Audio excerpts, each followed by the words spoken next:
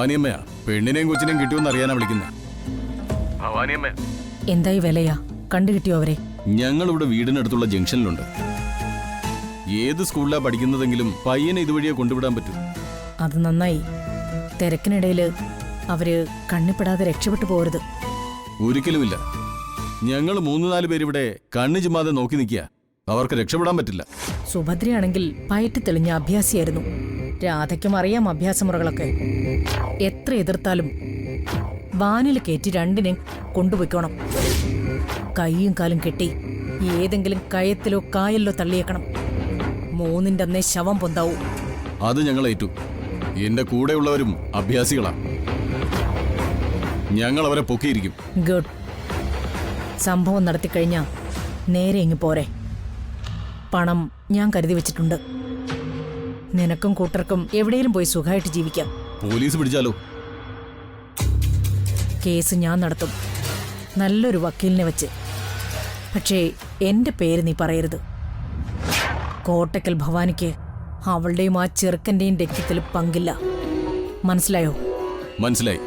പിടിക്കപ്പെടാതെ ഞങ്ങൾ നോക്കിക്കൊള്ളാം. സത്യം പറഞ്ഞ എനിക്ക് ഭയം കേസിനെയോ കോടതിയോ അല്ല, മേഘനയാ. രാധയുടെ ജീവനെടുത്തത് എന്റെ ബുദ്ധിയാണെന്നറിഞ്ഞാ എന്റെ തല കൊയ്യാനും അവൻ മടിക്കില്ല. അറിയാം ഭവാനിയമ്മേ. ഒരു വിവരവും ആരും അറിയാതെ ഞങ്ങൾ നോക്കിക്കൊള്ളാം. അവള് വരുന്നുണ്ട്. ഭവാനിയമ്മ അവരെ കണ്ടു. ശരി ശരി, വിടരുതവളെ. തീർക്കണം ഇന്ന് തന്നെ. ഏറ്റു ഭവാനിയമ്മേ, ഞാൻ വിളിച്ചോളാം.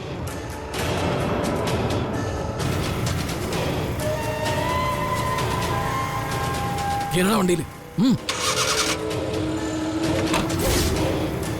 എടുക്കണ വണ്ടി. എന്റെ കോട്ടക്കൽ ദൈവങ്ങളെ, എല്ലാം ഭംഗിയായി നടന്നാൽ കോഴിത്തല വെട്ടി കുരുതി നടത്തിയേക്കാമേ.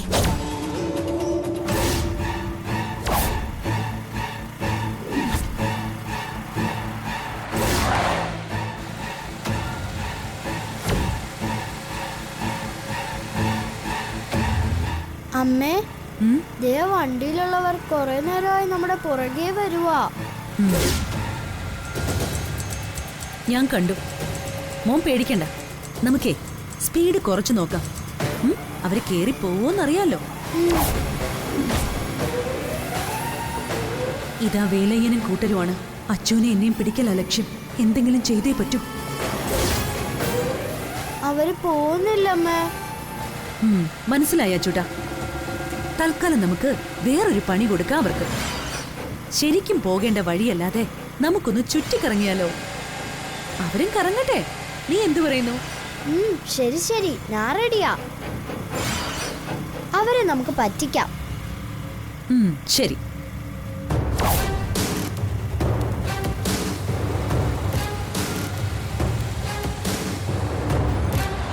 അവരിതെവിടെ പോവുക? ഇത് ബീച്ചിലേക്കുള്ള വഴിയില്ലേ? നീ അങ്ങോട്ട് വണ്ടി തിരിക്കും.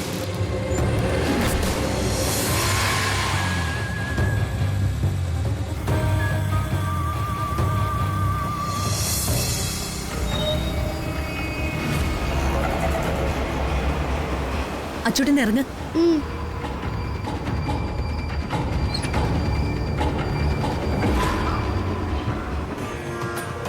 എന്താ അമ്മേ വണ്ടി നിർത്തിയേ?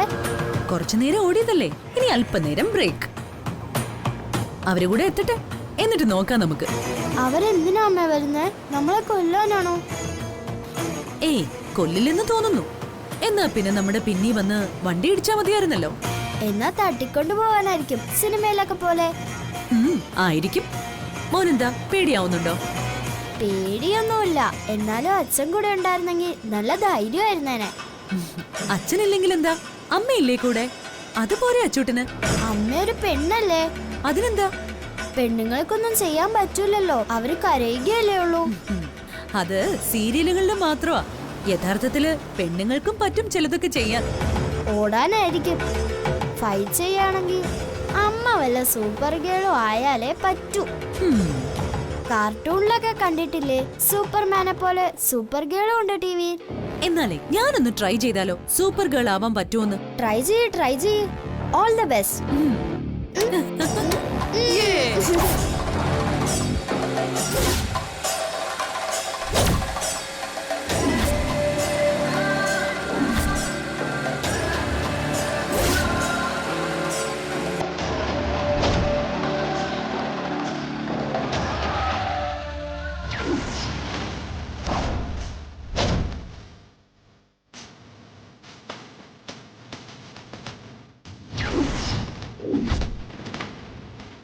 അവള് നമ്മളെ വെയിറ്റ് ചെയ്ത് നിൽക്കുവാണെന്ന് തോന്നല്ലോ.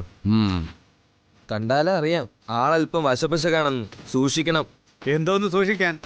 ആളൊരു പെണ്ണ് തന്നെയല്ലേ, ഒറ്റയടിക്ക് താഴെ വീഴും, അത്ര തന്നെ. അങ്ങനെ അളക്കരുത്. അവള് തൃപ്പങ്ങോട്ടെ രാധയാ.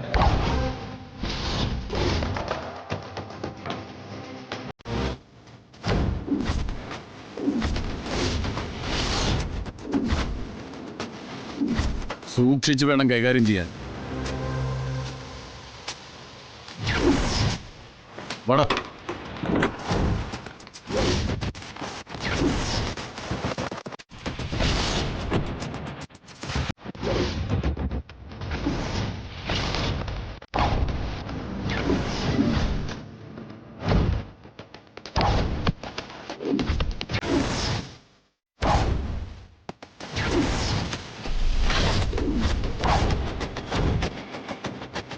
മോൻ ഇവിടെ ഇരുന്നോണം. ഞാൻ അവരെ ഒന്ന് പരിചയപ്പെട്ട് ഷേക്ക് ഹാൻഡും കൊടുത്തിട്ട് തിരിച്ചു വരും. ഓക്കെ? ഓക്കെ.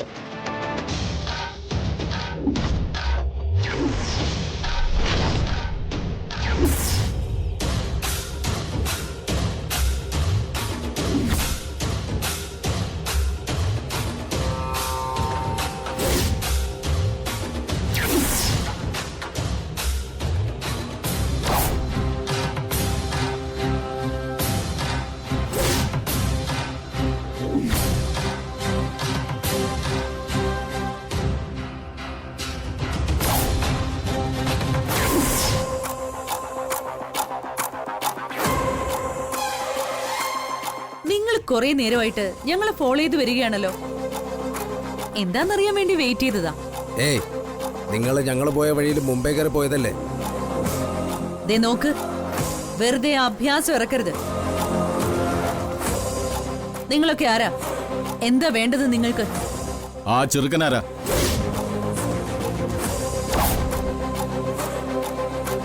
അതെന്റെ മോനാ, പേര് അച്ചു. അതെങ്ങനെ ശരിയാവും?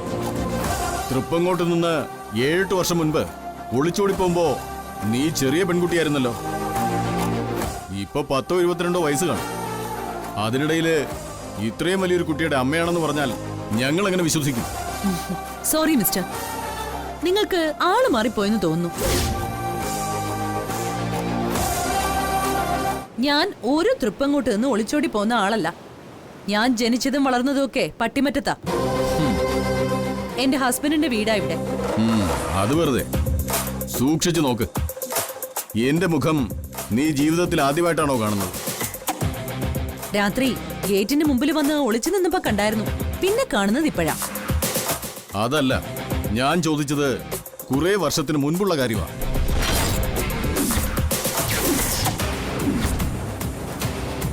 മറുപടി പറഞ്ഞില്ല. സോറി, നിങ്ങളെ ഞാൻ ഇതിനു മുമ്പ് കണ്ടിട്ടില്ല. വെറുതെ വഴക്കിനും ശല്യത്തിനും വരരുത്. ഞങ്ങളെ വെറുതെ വിട്ടേക്ക് പ്ലീസ്. ഒരു പ്ലേസും ഇല്ല. ഞാൻ ഈ മുഖം പണ്ടേ കണ്ടിട്ടുള്ളതാണ്. തൃപ്പങ്ങോട്ടെ സുഭദ്രയുടെ മുഖമായത്. സുഭദ്രയോ? അതാരാ? മനസ്സിലായില്ലല്ലോ. നിനക്കറിയില്ലേ നിന്റെ ചേച്ചിയെ?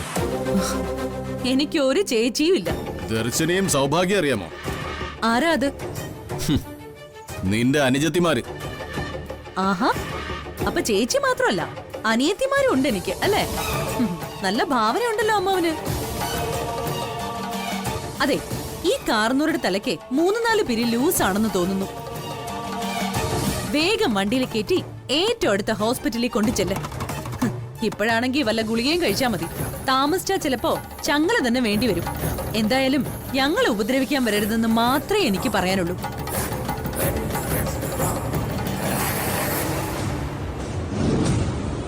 അതല്ല, ഉപദ്രവിച്ചേ അടങ്ങൂ എന്നുണ്ടെങ്കിൽ അനുഭവിക്കും. അതിനിട വരുത്തരുത്.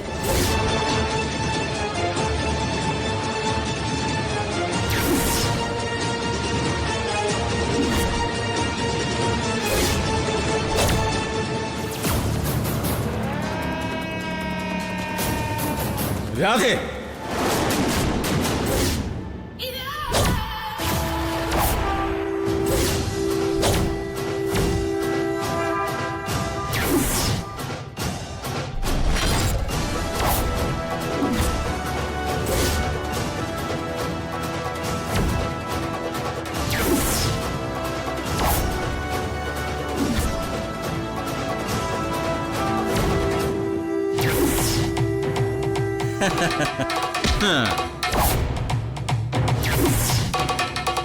അപ്പൊ പേര് നിനക്ക് ഓർമ്മയുണ്ടല്ലേ? നല്ലത്. ബാക്കിയൊക്കെ ഞങ്ങള് പിന്നീട് ഓർമ്മിപ്പിച്ചോളാം. വന്ന് വണ്ടി കയറ്. കൈയെടുക്ക്. വേലയ്യനോടാ പറഞ്ഞത് കൈയെടുക്കാൻ. അപ്പോ അറിയാം ഞാൻ വേലയ്യനാണെന്ന്. എന്നാ തുടങ്ങണേ നിന്റെ അഭ്യാസം. കാണട്ടെ ഞാൻ.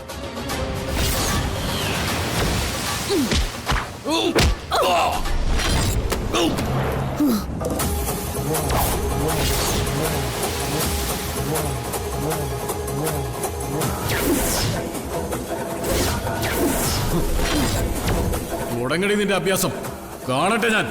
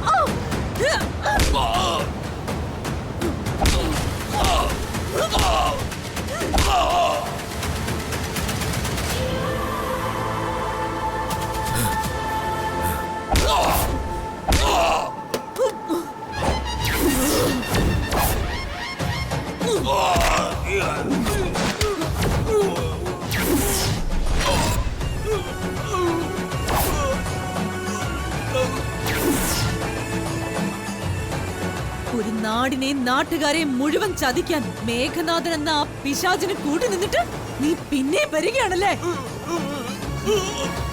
നിന്നെ അയച്ചവർക്ക് എന്നെ കുറിച്ച് വിവരം കൊടുക്കാൻ ഇനി നീ ശ്രമിക്കുമെന്നറിയാം. അത് പാടില്ലെന്നാ ഇനി എന്റെ തീരുമാനം. അതിന് തടയിടാനാ ഇവിടെ ഞാൻ കാത്തു നിന്നതും. ഇനി നീ ഉടനെ ഒന്നും സംസാരിക്കില്ല. ഓടി രക്ഷപ്പെടാൻ നിന്റെ കാലുകൾ മാത്രം ഞാൻ ബാക്കി വെക്കുക.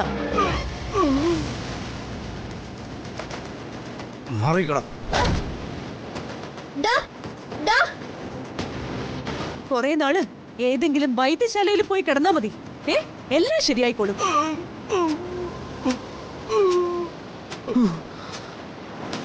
അമ്മേ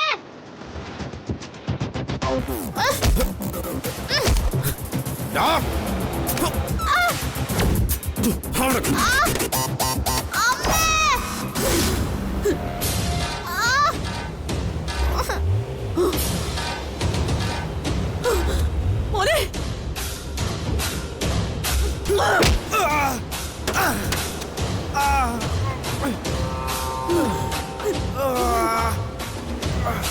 മോനെ അച്ചൂട്ടാ, അച്ചു അച്ചൂട്ടാ, മോനെ അച്ചു, മോനെ എണീക്ക് അച്ചൂട്ടാ, മോനെ മോനെ അച്ചു അച്ചൂട്ടാ, മോനെ എണീക്ക്.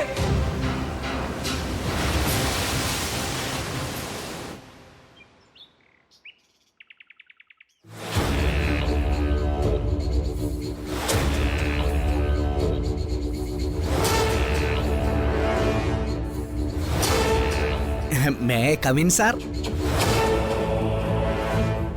എന്ത് വേഷം കെട്ടലാടോ ഇത്? നേരവും കാലവും നോക്കാതെ ഈ വീട്ടിലെ അടുക്കളയിലും ബെഡ്റൂമിലും വരെ കയറി നിരങ്ങുന്ന താൻ ആരെ ബോധിപ്പിക്കാനായി ഈ വലിയ ഫോർമാലിറ്റീസ് ഒക്കെ കാണിക്കുന്നേ? ഒരു മിനിറ്റ്, നാറ്റിക്കരുത് സാറേ. പ്രത്യേകിച്ച് ഇത്രയും വലിയ ടാസ്കുമായിട്ട് ഞാൻ വരുമ്പോൾ സ്ത്രീകളുടെ മുമ്പിൽ വെച്ച് അപമാനിക്കരുത്. താൻ എന്തൊക്കെയാടോ ഈ പറയുന്നത്? ഇവിടെ എവിടെയാടോ സ്ത്രീകൾ? വിളിക്കാം സാറേ, പക്ഷേ ഞാൻ പറഞ്ഞൊന്ന് മനസ്സിൽ വെച്ചേക്കണേ. Ladies please come in.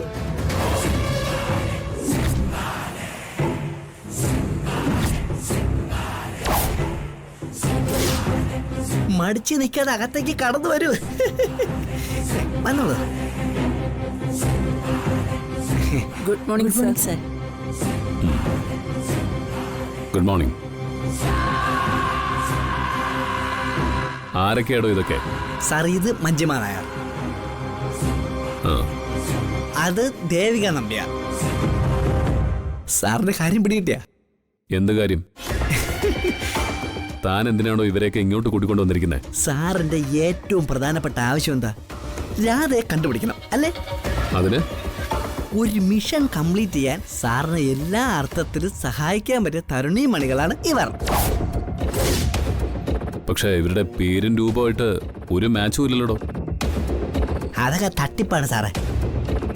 ഇവരെ പേര് നാളും ഭൂമിശാസ്ത്രമൊക്കെ വെറും തട്ടിപ്പാണ്. എന്റെ സാറേ, A to Z കള്ളത്തരം. പേടിക്കണ്ട സാർ, ഞങ്ങളൊരു മിഷൻ ഏറ്റെടുത്താ അത് 100% ആത്മാർത്ഥയോടെ ചെയ്യും. അതെ സാർ, എങ്ങനെയായാലും ഏൽപ്പിച്ച ജോലി പൂർത്തിയാക്കിയിട്ടേ ഞങ്ങൾ മടങ്ങും. ചെല്ലും ചെലവും കൊടുത്ത് തണ്ടും തടിയുള്ള ആണുങ്ങളെ ഇറക്കിയിട്ട് നടക്കാത്ത കാര്യമാണോ ഇനി നിങ്ങൾ ചെയ്യാൻ പോകുന്നത്? മനസ്സിലായി സാർ, ഞങ്ങൾ പെണ്ണുങ്ങളാണല്ലോ എന്നുള്ള പുച്ഛഭാവമാ സാറിന്. പക്ഷെ പയറ്റി തെളിഞ്ഞെന്ന് അവകാശപ്പെടുന്ന ആണുങ്ങൾ തോറ്റെടുത്ത് വിജയിച്ച ചരിത്രമേ ഉള്ളൂ ഈ NN സിസ്റ്റേഴ്സിന്. എന്താ? എന്റെ സാറേ, പേരിലെ നായരും നമ്പ്യാരും എടുത്ത് അവർ സ്വയം വിളിക്കുന്ന പേര് NN സിസ്റ്റേഴ്സ്. ഓ, പേരും സ്റ്റൈലും ഒക്കെ കൊള്ളാം, പക്ഷേ വല്ലതും നടക്കോ? സാറേ, ഇനി എന്ത് വേണമെങ്കിലും നേരിട്ട് ചോദിച്ചോളൂ സാർ, ഞങ്ങൾ മറുപടി തരാം. അതെ സാർ, സാറിന്റെ ഈ PA കിഴങ്ങനോട് ചോദിക്കേണ്ട കാര്യമില്ല. ഓഹോ, കൊള്ളാല് പെണ്ണും പിള്ള. നിങ്ങളെ വിളിച്ചുകൊണ്ടതാ ഞാൻ ഇപ്പൊ എന്നെ തന്നെ കിഴങ്ങനാക്കിയ. പരിഹസിച്ചല്ല മണിച്ച, ഒരു സത്യം പറഞ്ഞതല്ലേ. ശരി, ഞാൻ എന്റെ ആവശ്യം പറയാം. നിങ്ങൾക്ക് എന്ത് ചെയ്യാൻ പറ്റുമെന്ന് പറയൂ. മനുഷ്യനെല്ലാം പറഞ്ഞിരുന്നു സാർ.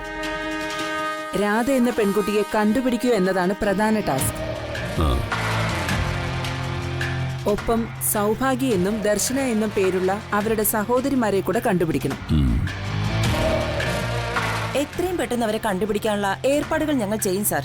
അതിനുള്ള വിവിധ പ്ലാനുകൾ ഞങ്ങളുടെയിലുണ്ട്. രാധയെ പലയിടങ്ങളിലും വെച്ച് കണ്ടിട്ടുണ്ടെന്ന് മണിച്ചൻ പറഞ്ഞു. പ്രധാനമായും ആ സ്ഥലങ്ങളും അതിനെ ചുറ്റിവരുന്ന വീടുകളും ഫോക്കസ് ചെയ്യാനാണ് ഞങ്ങളുടെ തീരുമാനം. എങ്ങനെ അന്വേഷിക്കും? ഏതെങ്കിലും ജംഗ്ഷനിൽ പോയി നിന്ന രാധയെ കാണണമെന്നില്ലല്ലോ. സാർ, ഒരു ജംഗ്ഷനിലും ഞങ്ങൾ പോകുന്നില്ല. ഓരോ വീടും അരിച്ചു പറക്കാനാ ഞങ്ങളുടെ തീരുമാനം. അതെങ്ങനെ? നിങ്ങളെ എല്ലാവരും എല്ലാ വീട്ടിലും കയറ്റണമെന്നില്ലല്ലോ. സർ ഞങ്ങൾ വിവിധ വേഷങ്ങളിൽ ആൾമാറാട്ടം നടത്തിയാണ് വീടുകളിൽ കയറാൻ ഉദ്ദേശിക്കുന്നത്. ആ എങ്ങനെ? ഉദാഹരണത്തിന് ചിലയിടങ്ങളിൽ ഞങ്ങൾ ഹരിതകർമ്മ സേനാംഗങ്ങളെ ചെല്ലും. ചിലയിടത്ത് ആരോഗ്യ പ്രവർത്തകരായോ ആശാ വർക്കർമാരായോ ചെല്ലും.